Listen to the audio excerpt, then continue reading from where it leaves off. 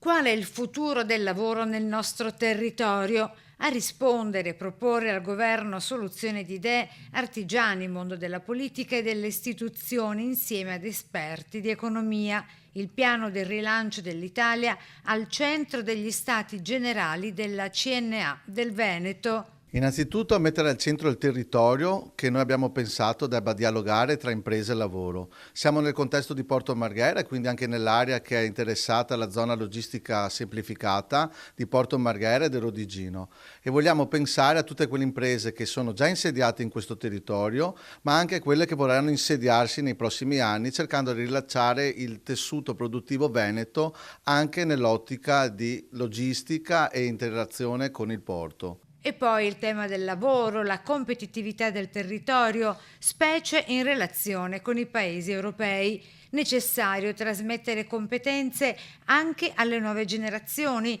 sviluppando il desiderio di investire sull'artigianato. La proposta a Regione e Governo di CNA. Dovrebbe essere messa a disposizione del passaggio generazionale all'interno delle imprese tra genitori e figli o tra titolari e dipendenti o per persone esterne che subentrano, diciamo, dei fondi, un fondo di rotazione ad esempio che potrebbe essere importante, delle facilitazioni fiscali, delle facilitazioni per l'accesso al credito, perché è l'unica strada in base alla quale un ipotetico, diciamo, imprenditore può partire con l'idea di fare in proprio. Soltanto alcuni tra i temi sollevati del capannone del petrolchimico e non a caso, da sempre, luogo di lavoro e di lotta.